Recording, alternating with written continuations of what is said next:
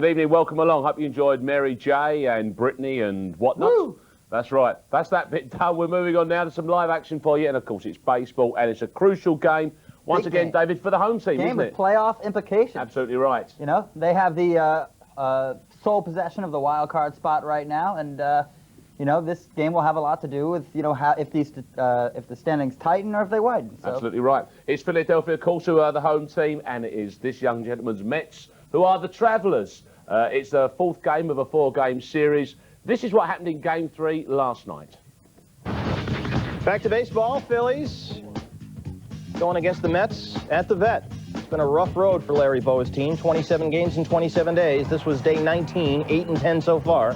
They are loaded in the fifth, tied at 3. Ricky Leday to the left field wall. Timo Perez, not quite. Marlon Byrd, Jim Thome, Mike Lieberthal all score, so it's 6-3 Phillies. Now, who's going to close? Well, Jose Mesa lost the job Thursday night when he imploded. So here's Turk Wendell. Hasn't had a save since May of 2001 when he was a Met. Well, gets it here. Wendell gets the save. Phillies win 9-6. They've won 5 in a row. And now let's take a look at the National League East standings. Of course, Atlanta rolling to their 12th consecutive East title. Philadelphia 11.5 games back. Florida, Montreal, and the Mets. But that's not the real story for those remaining 3 teams underneath who are still in contention. Let's look at the wild card. And that, of course, has Philadelphia on top late in September, which is big news for everybody in Philadelphia. Of course, Florida also making big news. A half a game out. They won today. So if Philadelphia loses tonight, they are in a tie. Houston, L.A. creeping up. St. Louis, Arizona, Montreal just about out of it now. And Pittsburgh, I think that's a bit optimistic. With 13.5 games out. It's nice thought, nice thought. You're nothing very against Pittsburgh generous man, but it's just not going to happen, is it? And I like to feel that I contributed my own way to this, because the last time I was here with you, when Mr. Gould was also absent one evening, I saw Philadelphia win, and I saw the return of a gentleman pitching who's really made a name for himself since he's come back. He's done a great job. His name is Amaury Telemaco, and he's our starting pitcher. Let's take a look at the Dominican, who we remember didn't pitch since 2001 before making his return against Brett Tomko and the Cardinals, where he won that night live on 5. Now, what he has is that strong slider and a hard fastball that seems to rise in the strike zone. Since we saw him, he's gone 1-2, but has pitched well. He's kept his team in the game. His last start out, 7 innings of 2-hit ball against the Expos, which was, you know, a very big game for them, because, you know, the Expos at that time were still in the race. And Larry Bowa was also considering going to a 4-man rotation, which is something that we don't see in baseball anymore, until Telemaco came along and proved that he could do the job in the 5th spot. Looked a cool character to me. It was straight in there immediately. Now, definitely. I believe the word they like to use in American sports is transitional, when a team can't play for anything. And that's your Mets at the moment, fella, isn't it? Unfortunately, they have had a lot of changes, particularly this season. And they're struggling in Philadelphia, but this is the team that they're going to try and put it right away. You could tell right away that they're in disarray, because look at this lineup. Leading off, Roger Cedeno. Used to have speed, not anymore. Joe McEwing is there because Roberto Alomar is gone, so he's playing second base. Timo Perez. Jason Phillips, who began the year as a backup catcher, third-string backup catcher, and also was in the minors. He's playing first. Raul Gonzalez, another wanderer in center field. Ty Wigginton having an excellent rookie season. Valandia is there because Jose Reyes is hurt, and Allider is the starting pitcher. But let's talk about Mike Piazza. Now, fans and the New York media have been discussing for some time whether the Mets should move Piazza to first base to prolong his career, to get him more at-bats. This debate came as a result of Piazza's declining defense as a catcher, and it was always a touchy subject for Piazza, who's also, of course, you know, looking to get that all-time leading home run record as a catcher. Basically, he considers himself a full-time catcher. But after a long, drawn-out, and unnecessarily controversial process, Piazza and the organization decided he would spend some time at first next season. No big deal. He's going to take some ground balls. He's going to learn the position in spring training. Plenty of catchers at the end of his career have made that move. But right now, you know, he was out for 3 months with a groin injury. Yeah. The idea is to keep him fresh as a batter. I mean, that's the deal there, isn't it? I mean, that's what it's all about. Yeah. He's got a hit, but I think he's a bit apprehensive about moving to first base, because I'm not sure he's confident that he can field the position. Old dog and new tricks. I mean, we're in that kind of territory there. But as you say, he's their franchise guy. And he still is, even at 35. Exactly, that's right. So he's going to be the man there. Now, as you mentioned there, it's so tight in that wild card chase there. Yeah. But the Mets have got something to play for tonight, and Philadelphia have got to be nervous. It's an interesting little game, this, isn't it? The 4th of this 4. Yeah, well, this is what happens when you have a team that's out of it. playing against a team that's not out of it. They become what's called a spoiler. Yes. And then Mets will be out looking to spoil Philadelphia's party. Now, we know they've only made the postseason twice since, I think, the late 1980s. So, I mean, their fans are thirsty for playoff success. And here come the Mets. They've happened to have a good record against them in their past 6 games. They've actually gone 6-0. Yeah. So the Mets won't be happy about that. This is their last ever game in the beautiful Veterans Stadium, so they'll be waving goodbye to that crusty old ashtray forever. That's right, yeah, exactly. I think they'll be quite happy. Not too fond of farewell, no. But of course, they've also got some very difficult series to come up as well, haven't they, to secure this place, yeah. Oh, yeah, they have a pretty tough schedule. I believe they have to play Atlanta, and they also have Florida. So, I mean, it's going to be a very tight, I think this could go down to the last day. We may even have a playoff. You don't want to waste this one then, do you, at all? Well, there's the gentleman we've been talking about. This fella's come back. And as I say, you know, you just look at him there. He's a cool-looking customer. And you think he's been pitching well, yeah? I think he does, and I think it's going to be interesting to see what he can do against the Mets tonight. Okay, well, there you go. He's up on the mound. The Mets to face, of course. Let's go and join our commentary team. It's Joe and John.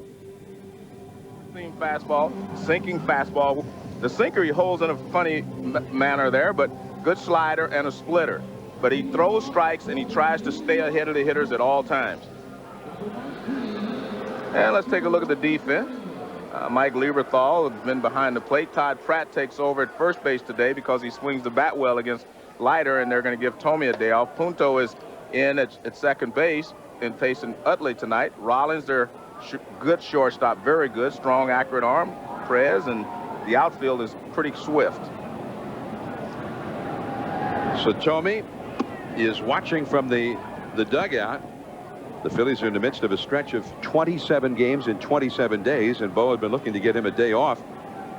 And tonight's the night against Leiter, against whom he has not had much success. And that's a good guy to take a night off against, because he can get you to swinging at the high fastball, the slider, the cut fastball. He can be very tough on left-handed hitters. Well, now it's 3-0 here to Roger Cedeno, trying to get the Mets going here. Cedeno 4 hits in 5 career at-bats against Telemaco, but Cedeno has been struggling lately, hitting only 152 in the last 10 games.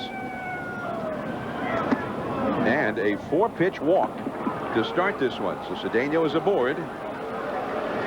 Very unusual for Telemaco because he does throw strikes.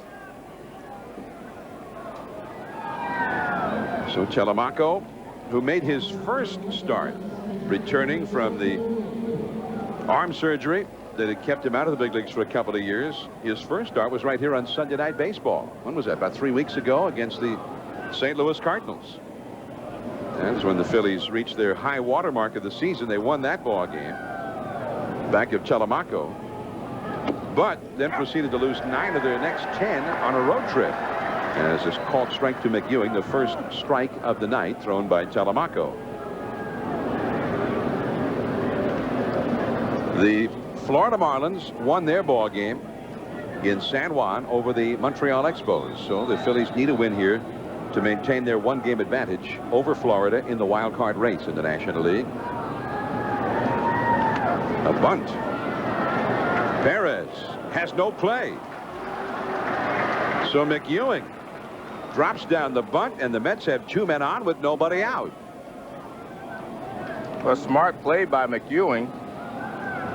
He caught Perez back and just dropped it down the third baseline because he almost squares around a little bit.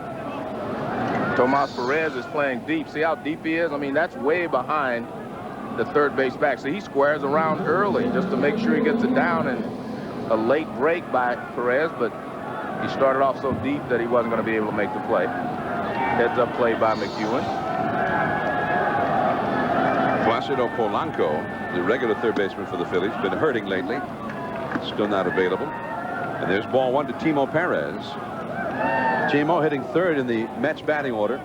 .275 average, 4 homers and 37 driven in. Mike Piazza is on deck. The Mets trying to jump out early here. Oh, changeup. 1 ball, 1 strike.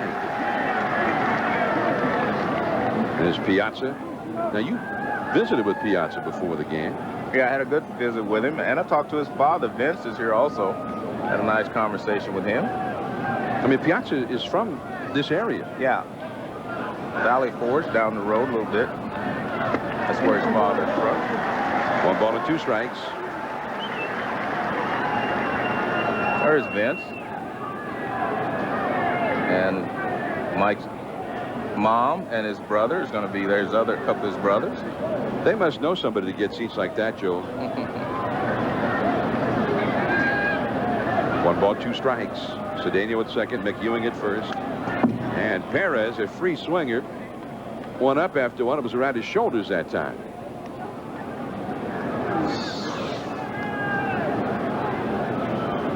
Well, not only high, but also outside. So now the traditional wisdom is he'd chase that one, he'd go up there or even higher with the next one, right? Well, or bounce it. Pop up. This one heading for the seats. Pratt runs out of room. In amongst the spectators, out of play. 1 ball and 2 strikes. Piazza up next. Now, at the moment, the Marlins having won a half game back. The Dodgers won again. They went to Colorado and swept the Rockies in their home lair. Now 2.5 out. The Astros were beaten in San Diego and have fallen a half game behind the Cubs in the Central Division. So they're closer there than they are in this race. The Cardinals won over Cincinnati back of Matt Morris, and they're just a game and a half out in that Central Division. That changeup is driven to right field, and Abreu, he spun completely around, made the catch. Cedeno tags up and moves to third.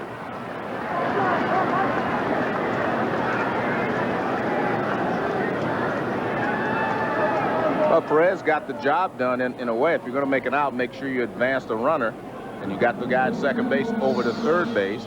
And when Abreu turns back completely to the infield, you know you have to go back and tag up, because you knew he was going to make the catch, and he gets over to third base easily. And this could be Mike Piazza's last game here at the vet. He grew up nearby, loving, you know, being a Philly fan and loving the Phillies, and this is his hometown team.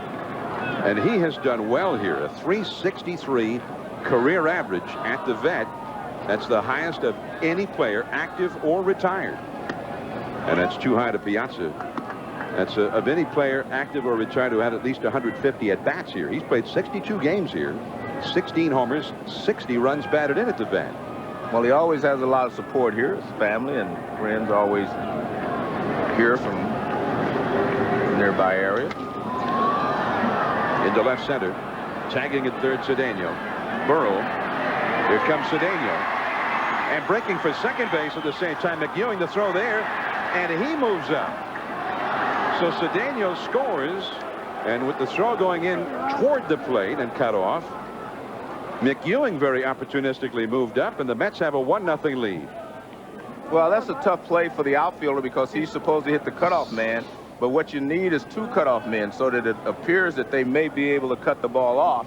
That will keep, see, there's the cutoff man right there. So he hits the cutoff man, which is what he's supposed to do. But McEwing heads up, moves into second base.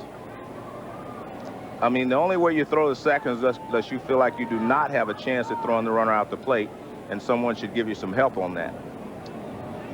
Then you just throw it in the second, keep the other runner out of scoring position. Jason Phillips hit by the pitch. Phillips having an outstanding rookie year, hitting .315. 11 homers, 56 batted in, but he gets hit by that pitch, and Telemaco continues to be very erratic with his control here in the inning. Well, last time I watched him, he was getting the ball down. Now everything is up, and Phillips unable to get out of the way.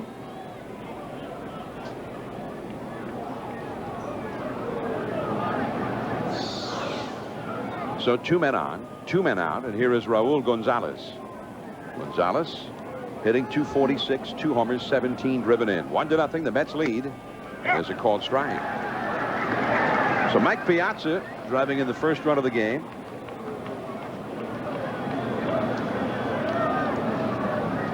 Piazza now with 31 RBIs this year. He's only played, this is only his 53rd game of the whole year.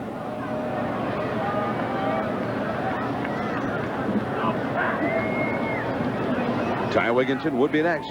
2 men on, 2 men out. And that's right to the shortstop, Rollins. He goes to second. Punto gets the force out on Phillips.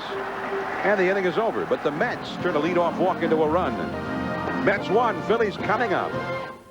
Well, I'm sure Telemaco's delighted. Machine. Oh, your team, eh? Offensive machine. Destined. Did you see that bunt by They're McEwing? off and rolling, aren't they? Incredible. Well, Telemaco will be delighted that we sold him up big style there, but now he's got his batting lineup can be there to he did all right. And once again, last time I was here, you know, we saw that they play some tough ball. They may not be talented, but they hang on in there, don't they, Phillies? Good all-around team. Yeah. But let's talk about who's going to be pitching to this good all-around team, and that's Al Leiter of the New York Mets. Now, good old Al Leiter at times this season has looked to be a shadow of his former self. The lefty was getting knocked around and was performing like a fifth starter that the frontline pitcher, not like the frontline pitcher he was for the Mets for all those years. And while many of the media in New York were proclaiming the end of the 37-year-old's career, Leiter has bounced back since coming off a stint on the DL. In his previous 9 starts, he's allowed just 9 runs, Mark. He lost 20 pounds. Well, I guess that's a stone and 6. He's feeling a lot healthier, and he's giving the Mets the feeling that next year, which is the final year of his contract, he'll be able to contribute. Never necessarily been a big problem for pitchers, but perhaps in our Leiter's case, being lighter helps, if you'll pardon the pun. But I didn't mean that. But as I say, get one of those a show. And that's it, it's all over with. That's it. But as we were saying earlier on there, the Phillies, you know, there have been some rough and tough batting going on here, isn't there, to keep them in this wild card chase. They have been batting a lot better than they did in the first half of the season. But let's look at Larry Bowa's Philadelphia Phillies. Leading off is the center fielder, Marlon Byrd. Batting third is Bobby Abreu, the right fielder. Mike Lieberthal is the catcher. Pat Burrell still struggling at 208, playing left field. Todd Pratt, Tomas Perez, Nick Punto in that black hole of second base. Omar Telemaco. But let's talk about Jimmy Rollins. In 2001, shortstop Jimmy Rollins was one of the premier base stealers in the game when he stole 46 bases. But in the past 2 seasons, he's grown a bit more tentative on the base pass mark, and his numbers have declined. Still, he has 16 this season and is capable at times of showing that 2001 speed. With the bat, the switch hitter holds his own. He has a handful of home runs, knocked in his share of runs. As a fielder, he's consistent, has decent range. He forms a solid double play combination with Placido Polanco, who is not playing tonight. Overall, a good shortstop, and not bad for $450 grand this season. There's Al Leiter, who they'll talk about his cutter slider, which is quite simply one of the best cutter sliders in all of baseball. And what he does with that is he breaks a lot of bats. So you might see that come in on the hands and break some bats of the players. And he's going to like having something to pitch out as well. Let's go back now. Calls Pop of the first. Better as the game goes along. But that's the case with most good pitchers. Well, now the Mets are going with a lot of rookies this year, but here's a rookie, Marlon Byrd, and he's having a very fine season. And in fact, very good season. Maybe you should be hearing his name in that Rookie of the Year talk a little bit more. I mean, he's hitting .296. He's got a .359 on base average. And he's been beating up on the Mets here. He's been getting on base. He's been knocking in runs. He's 5 for 10 in this series in the first 3 games with 5 runs scored, a homer, and 2 RBIs. He drove in the only run in a 1-0 win here on Friday night. Coming quickly and dropping it is Cedeno.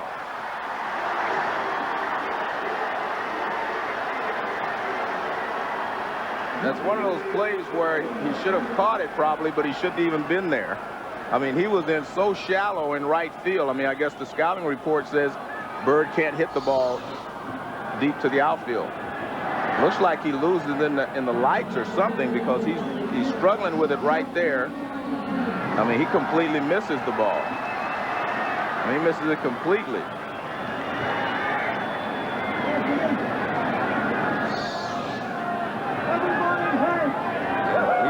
Leather on it, so I have to think that he lost it.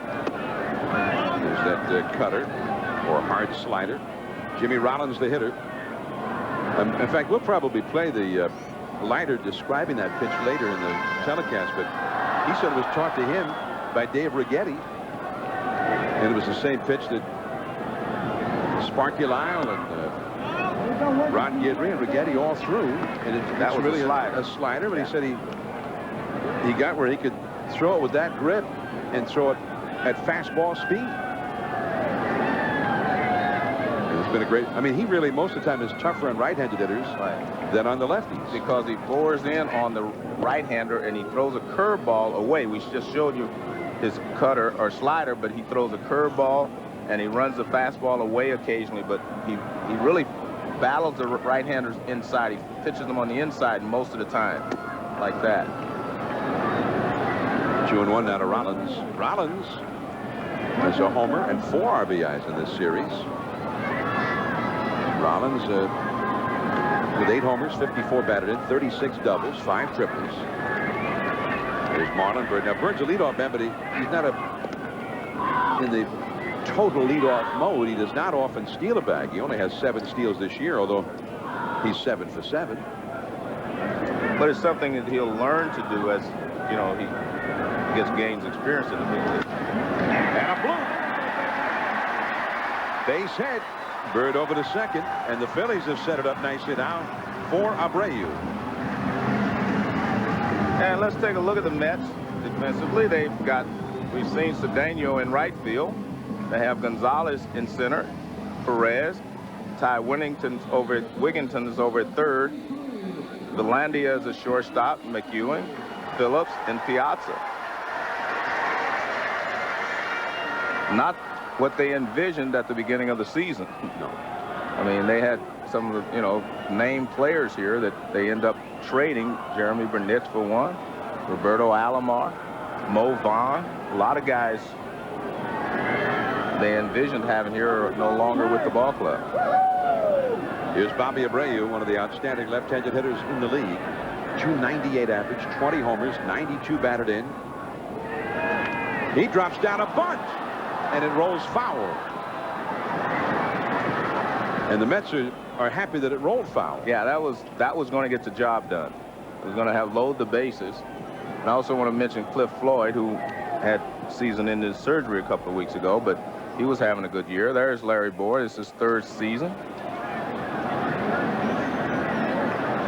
Kind of interesting. Art Howe is in his 1st year with the Mets after getting into the playoffs the last 3 years with the Oakland A's. 1 strike to Abreu. Now, Abreu is a guy who can hit a home run, but he rarely hits them against left-handed pitchers. Only 7 of his 136 career homers have been hit against lefties. About 5% of his homers have been hit against lefties. That is in there. Strike 2 call. Tough pitch there from Leiter to a left-handed hitter.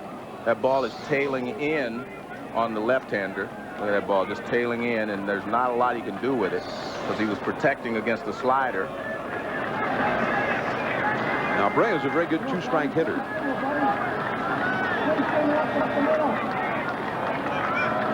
And back to the bag at second is Bird. Well, I think that was just to start over again. He did not want to throw the pitch that he had first agreed upon, so he decided, well, I'll just start all over. He gets to sign all over again. So he's still not sure, so he wipes off. That wipe at the top usually adds. For instance, if Pete agreed on a fastball, or Piazza put down a fastball and say he wipes up on top 2 times, that goes fastball, curveball, slider. Or if he wipes down below, you subtract. That's Piazza dropping the side. Bird at second, Rollins at first. 0-2 to Abreu. That's up and away. 1 ball, 2 strikes. Abreu hitting .351 with runners in scoring position. Bird led off the inning, reaching on the drop fly ball by Cedeno.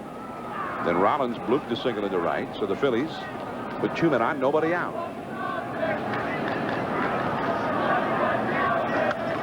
And the breaking ball is fouled out of play. And that's the toughest pitch for a left-hander to handle, a breaking ball that's inside and just kind of stays there. It doesn't break over the plate. You know, some people call it a backup slider, so it just stays in there. And that ball, you know, normally when you see that pitch coming, if you're a left-handed hitter, you think it's going to break over and get a lot of the plate. That ball just barely caught the inside corner, just stayed there. The battle continues now. Too far in with that one. 2-2 to Abreu. So it had been 0-2. This is Abreu's game, though. He rarely swings at a first pitch, although he bunted at the first one here.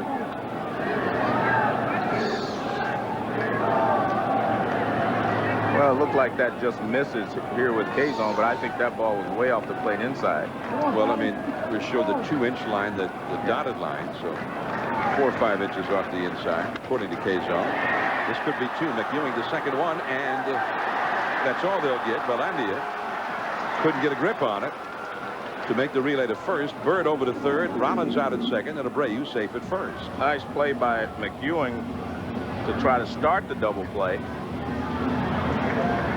He did everything properly. Why? I mean, he catches the ball, he gets it to second base quickly, and I think they had a shot at the double play. Watch how quickly he gets one step and it's gone. Hot, nice throw, accurate, right there where you want it. But in transferring, Valandia just couldn't handle the ball. I really think they had a shot at getting Abreu on that double play.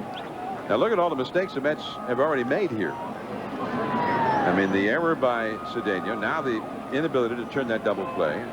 So the Phillies still in business. First and third, one out. Here's Lieberthal. And the infield, little pop on the infield and caught by McEwing. So Lieberthal had been the Phillies' leading hitter for batting average at .323, but he's gone on one pitch, and as you mentioned, Joe, there it is, a right-handed hitter, and he got jammed. And that was a real tough pitch from Leiter, right in on the hands. This is one of those pitches you just about have to take. I mean, right there on the hands, and especially with it being the first pitch. That's exactly where Leiter wanted to throw that pitch. So with it being the first pitch, you know, sometimes you can take that if he makes a pitcher's pitch. Now Pat Burrell to try to get the big two-out hit, and he took it, but it's a strike on the inside. Burrell, it has just never happened for him this year, hitting .208, 20 homers, 59 batted in. They know it's there, though. He hit 37 homers last year. And he showed some sparks, you know, in the last month, but then he just doesn't seem to be able to sustain it. And that's too low. Paul Konerko had a similar first half over in the American League with the White Sox, but he has had a real hot second half. Burrell has just not been able to get anything beyond a few days of being hot here and there. Jim Thome, the other big slugger for the Phillies, is not in the lineup tonight. Abreu back to first. I saw Bo and Thome in the locker room and in the manager's office, and basically he just said they were playing so many games, you know, on consecutive days that he wanted to get in some rest, and he thought today was a good day.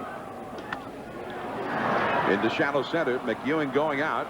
That's Gonzalez, the center fielder, and he makes the catch. So the Phillies had 2 out and nobody out, but they do not score. Now coming up, who is the National League's best rookie player? We'll have our poll question when we come back.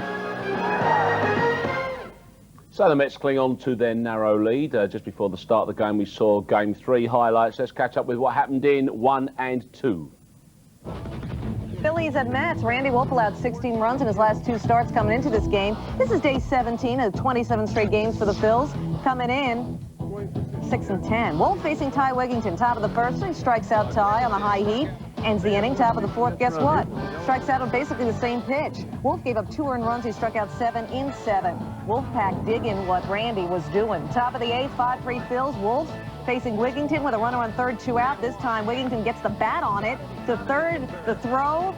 Low to Thome. Mike Piazza would score. The throwing error on Thomas Perez. 5-4 Phils now. Top 9. Uh-oh. Jose Mesa is in facing Prentice Redmond in his 4th Major League game. Redmond blasts one off of Mesa. Mesa with his 2nd blown save in 4 days. Larry Bowen knows it. We'll see if he's still a closer next week. Bottom 9 still tied at 2. Runner on. David Weathers against Mike Lieberthal, who has an 8-game hitting streak. That was a big one. Bobby V, how about those Phillies? What do you think? They won. You know, this thing builds. Good teams build as the year continues. Bad teams come apart as the year continues. It looks like the Phillies might be coming together. Yeah, they overcome another blown save by Mesa to win for the 6th time in 7 games. Vicente Padilla on the mound against the Mets. You know, for the Phillies, tough stretch, 27 games, 27 days, day 18 so far, and they're 7 and 10. Jay So facing Chase Utley in the 5th. Utley pops it up. Here comes Jay Bell, and look out for the dugout. Tough tumble. You need another look. What happened here? Well, Bell's foot actually got caught on the padding into the dugout. Have that padding removed. Bell with his new glasses explaining to his teammates, must be the new glasses. Top of the 6th, Padilla facing Bell with 2 on. Padilla gets him. Bottom 8, So facing Marlon Bird with a man on second. Bird. Jorge Valandia, good try. A run would score. That run, all the Phillies would need. What about Philly fans? They're not thrilled with Jose Mesa as their closer. And that was being kind, that sign. Top of the ninth, Rail Cormier, the new closer, gets it done. 3 straight outs to end the game. His first save for the Phils, making Larry Boa a happy man. Okay, there you go. That was 1 and 2 there. 2 wins for the Phillies. We saw game 3 for the Phillies as well. But at the moment, it's the Mets with their noses in front. He's driven in more runs than any other rookie in the National League. 10 homers, 32 doubles, 6 triples, and 64 runs batted in. And a single into center field. Time for our Nextel poll question as we look at the rookie, Wigginton. Who is the best rookie position player in the National League? Now, the Mets have a lot of candidates. Jason Phillips has got the best average, along with Scott Podsednik of the Brewers. Ty Wigginton got the most RBIs. Jose Reyes, they only had about half the season, then had to shut it down with an ankle injury, but he's been sensational. Marlon Byrd right here with the Phillies has been excellent. So let's hear from you. Log on to ESPN.com or your Nextel phone to vote. Who is the best rookie position player in the National League? And those are some pretty good choices. A lot of good rookie players in the National League. Jorge Velandia, who has only played 4 games and has driven in 7 runs for the Mets since the injury to Reyes last Sunday against the Phillies. That one into the hole. Rollins has it from his knee to second, and it gets the out.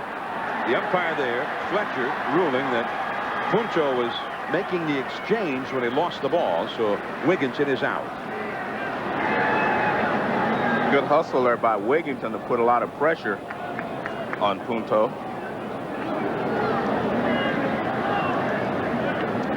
This is a tough call, I think, sometimes for an umpire to know exactly if is he's really getting the ball out of his glove, because you're supposed to be reaching in to take it out. See, he never caught that ball.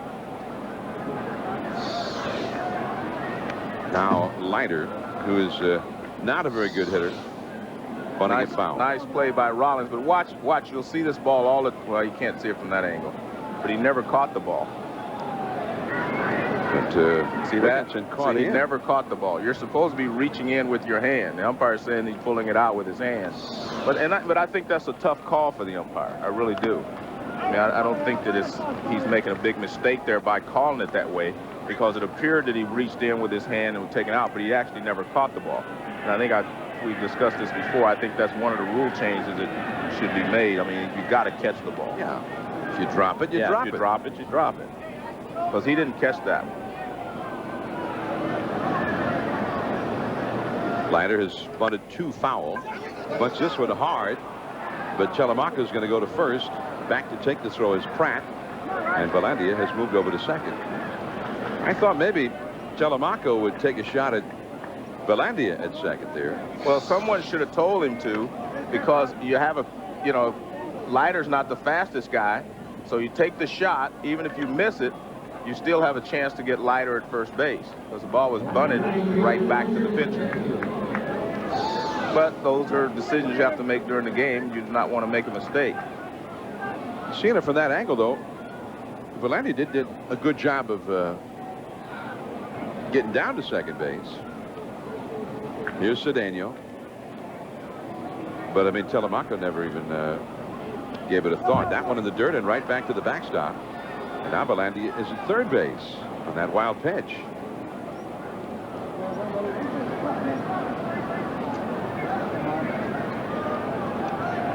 Well, maybe they feel like Telemaco is at his best getting the sure out. Well, I mean, anytime they're giving you out, you're supposed to take it. You have to make sure you get one. And that's what they did. They made sure they got one. If no one was out, they may have tried for the double play, but since there were 1 out, now it takes a 2-out hit to get him home. Cedeno, that's Pratt, and Pratt gets the unassisted put out. 1-0 Mets, and Todd Pratt, the former Met, coming up against Leiter, whom he has worn out.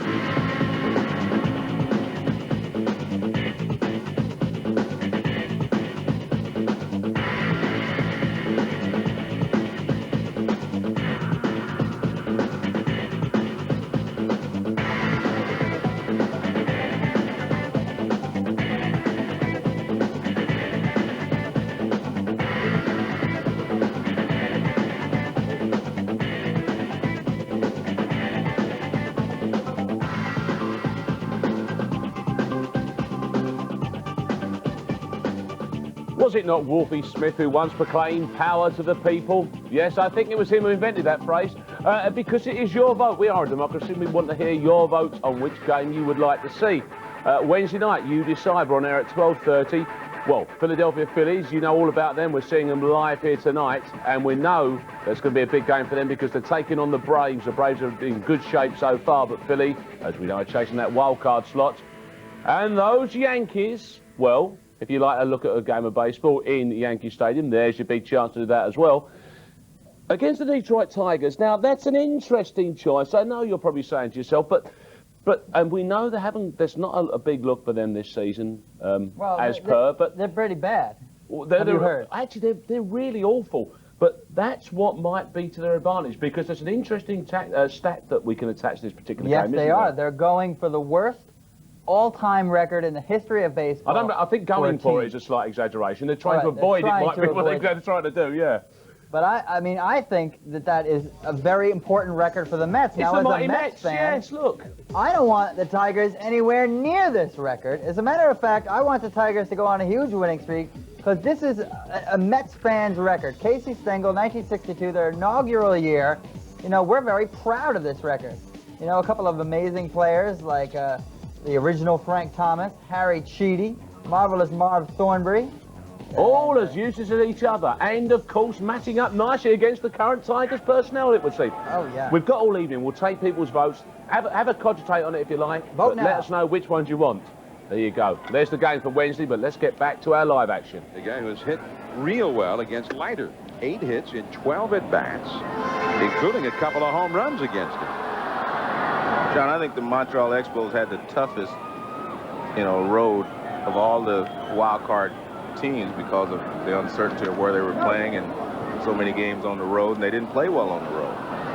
They had a 23-game road trip, and then they also had, the games in Puerto Rico, so very difficult. And then I saw where all the players said they love playing in Montreal, but I guess the fans have started to embrace them, and things are going well there, so they wish they had more home games at home. Well, overall, in Montreal. 47 and 24 at home, including their games in San Juan. Yeah. I mean, they've done fairly well in San Juan. Yeah, but you have to have a home. And, it's great to go to San Juan. I'm sure they enjoy that sometimes, but it puts a little strain on your body, traveling that way.